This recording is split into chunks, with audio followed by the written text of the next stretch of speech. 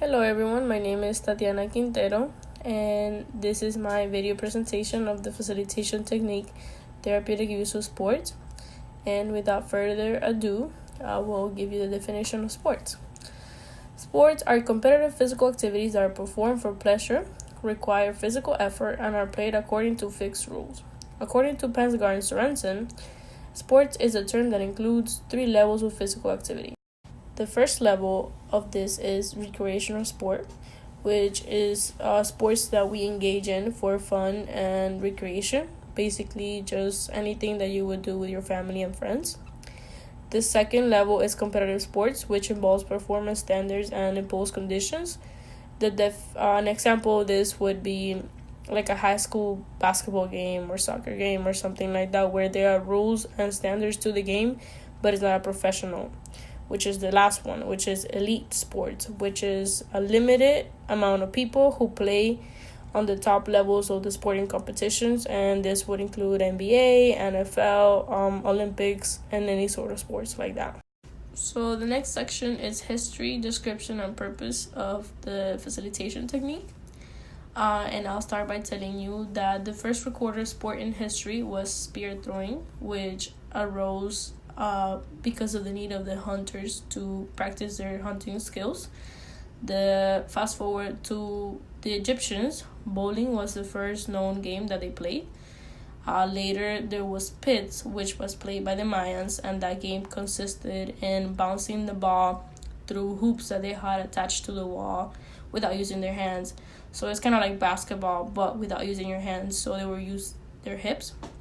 And then there was common ball, and that was by the Greeks. And common ball is like our version of football now. Continuing with the history, the first sports organization was the International Committee of Silent Sports, and it was formed in 1924, and then it was joined in 1935 by the United States. Fast forward to World War II, sports with people with disabilities gained more recognition, and the wheelchair sports were introduced in England and the United States in the late 1940s. Then fast forward again to the 1950s, people with disabilities formed sport organizations and began competing on local, state, and national and international levels. But as the sports became more popular, then there were also limitations that the people faced. As you know, there was segregation and discrimination amongst people with disabilities as well. Continuing with the history portion, there were 8 pieces of legislation that became important because of how they helped to expand the rights of people with disabilities. The first piece of legislation is the Mental Retardation Amendments of 1967, and it was designed to provide children with mental retardation access to mainstream classroom education opportunities. Physical education was included in these classes, and it was important because physical education promoted sports participation for children with disabilities. The second piece of legislation is the Education for All Handicapped Children Act of 1975. This act stipulated that physical education classes should be integrated, allowing children with disabilities to experience sports just like their peers. This law helped support programs for children that develop their skills in dance, aquatics, individual and group games. And it was just really important because this early inclusion meant that participation would continue through adulthood for those children. The third act that I'll be talking about is the Rehabilitation Act of 1973. As I am sure you guys know that there was a lot of discrimination in the 60s for people with disabilities. And Section 504 of this act prohibits discrimination on the basis of disability by any program receiving federal funding. And it further insisted that programs be provided in the least restrictive environment. So what this meant for people with disabilities was that they were able to participate more in sports because now the facilities and programs were required to help them and aid them in any way possible and not discriminate them. Next, we have the Individuals with Disabilities Education Act of 1987. This further supported the Education for All Handicapped Children Act. The IDEA required that individuals with physical or developmental disabilities be provided special education and related services, including physical education and sports programs. As we all know, the American with Disabilities Act of 1990 mandated equal opportunities for people with disabilities in the areas of employment, transportation, public access, and communication. However, it also expanded on Section 504 of the Rehabilitation Act by including facilities which did not receive federal funding, therefore increasing the number of potential opportunities for sports participation for people with disabilities. Within the sports with disabilities, there's 3 categories. The first category is sports for people with physical limitation, and it's just this one would fit for participants who use a wheelchair and are able to play games such as basketball, rugby, racquetball, tennis, softball, and archery. They can also participate in track and run marathons and triathlons. The second category is sports for people with sensory limitations, and this category would include participants who are deaf and visually impaired. Modifications for this category would include pointing the starting gun in a direction to permit the athlete to observe that the flash when the gun has been fired. And for the visually impaired, it would be partnering them up with somebody who isn't visually impaired so they can guide them through the activity. The third category is sports with cognitive limitation, and this category would include people with intellectual disabilities, and the best way that this sports can be modified is by partnering them up with peers who don't have a disability. And we do this so they can guide the people that have a disability to participate in the game. So playing sport not only helps in the health benefit part. Yes, it helps with managing weight and muscle strengthening and cardiovascular improvement. But it also helps build an individual's self-esteem and confidence, and also social skills. From a personal point of view, what I've been able to see is that a lot of them, when they have a disability and they're playing sports, it's a way for them to feel integrated into the community.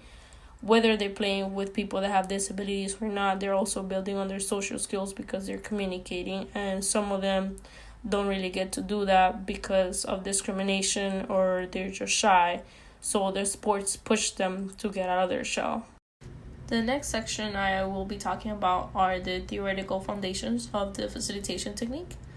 Our book talks about 3 theories found in research related to the therapeutic use of sports, and the theories are personal investment, achievement motivation, and social role. The personal investment theory has been used to explain motivation of people with disabilities to participate in sports. The theory of personal investment explains motivation as a 2-stage process, and in the first stage, factors that give meaning to the situations are considered external to an individual. In the second stage, the meaning of a particular situation leads to a degree of personal investment by an individual. The theory frames motivation as a process of choosing how to allocate personal resources, such as choosing to use time skiing rather than watching television. According to the book, there are 3 primary incentives that motivate behavior, and the incentives are task, ego, and social. The first incentive is task, and these incentives are similar to intrinsic rewards in that people set their own criteria for success.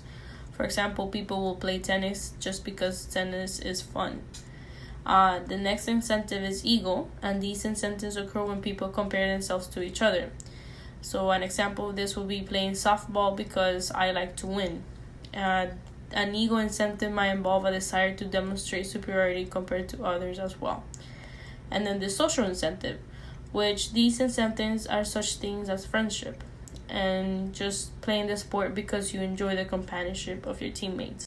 The next theory is achievement motivation theory, and this theory explains competitiveness as an interaction between personality and environment that leads to a desire to succeed. So people who are more competitive are theorized to be more interested in sports, set higher goals, and are more persistent in pursuit of excellence in sports. Conversely, those who are less competitive are less likely to pursue sports with the same vigor than their competitive counterparts.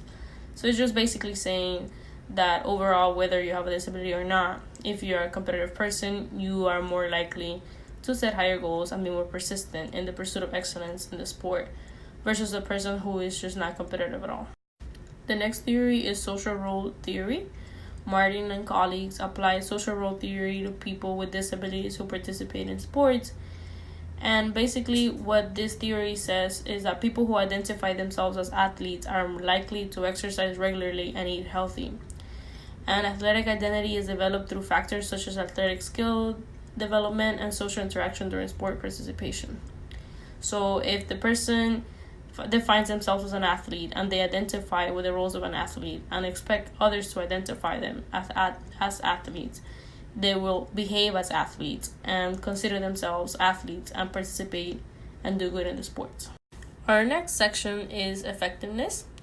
And I will start by saying that researchers have reported a variety of explanations of why individuals with disabilities participate in sports and the various outcomes that result from participation.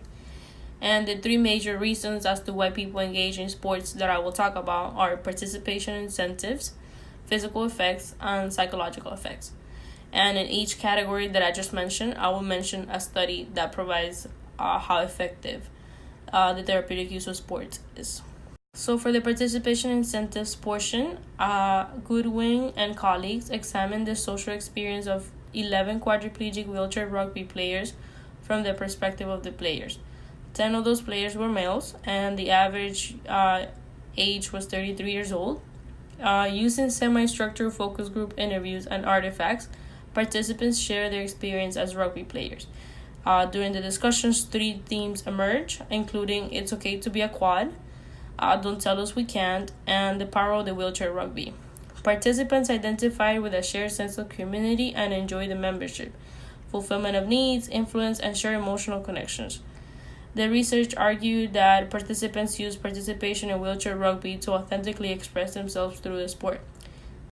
Then next we have physical effects, and then the study was in an effort to measure both mobility and health impacts of an aquatic fitness program. Escobar and colleagues conducted a case study with a 27-year-old woman with severe mental and physical disabilities. The 16-month aquatic program included training one-on-one in shallow water 3 days a week for 30 to 40-minute sessions. And then after the program completion, the participant demonstrated reductions in all measurements of body fat index, including reductions in all skin fold tests and increases in all measures of joint range of motion, including gaining motion in trunk extension and hip flexion that was previously not present. And then lastly, we have psychological effects. And then this study is by Groff and colleagues, and they investigated the effects of participating in the Cerebral Palsy World Games on the quality of life of 73 international athletes. The ages varied from 18 to 52 years old. 19% of these population was female. There was a significant relationship between athletic identity and quality of life, suggesting that participation in sporting events can lead to an increase in quality of life for individuals with CP. Results demonstrated that participation in sports had a positive impact on overall health, quality of family life, and quality of social life. Moving on forward, I chose cerebral palsy as a disability. I will show you in the next couple of clips how the program would look for a person that doesn't have the disability versus how I would adapt it for a person that has a disability. I chose a couple of upper body exercises because a lot of people with cerebral palsy have problems with posture and problems in the upper body part. So I chose some shoulder exercises, back exercises, and core exercises to give a full upper body workout and build up upper body strength. The sessions for my program would consist of 3 to 5 times a week for 30 minutes at the beginning. Then, depending on how the participant is doing, we could do a 45-minute session to a 50-minute session. Again, depending on how great they're doing and how their strength is building up. A couple of things to keep in mind during these workouts is the patient's heart rate. If the patient's not able to talk during the workout, then it means they're being overworked. Give enough resting time in between sets. A minute is adequate, but it depends on the person. So you might need a minute and a half, 2 minutes, depending on the intensity of the workout and how the person's reacting to it.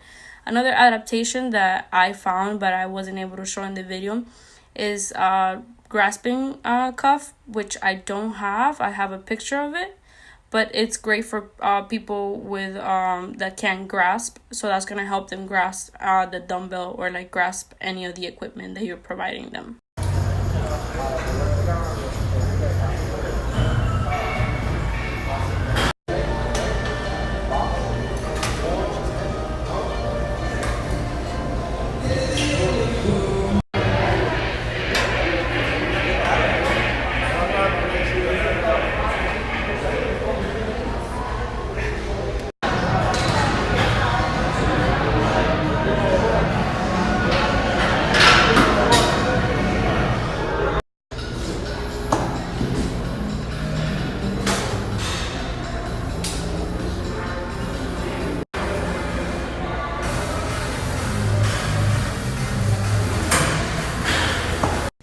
that's it for my presentation. I hope you guys like the videos. As you see, there are some videos where I'm sitting down. That's for more support, since there are people that can't really stand on their own. Again, if your participant is in a wheelchair, then the exercises with the dumbbells for their shoulders can be done in the wheelchair sitting down.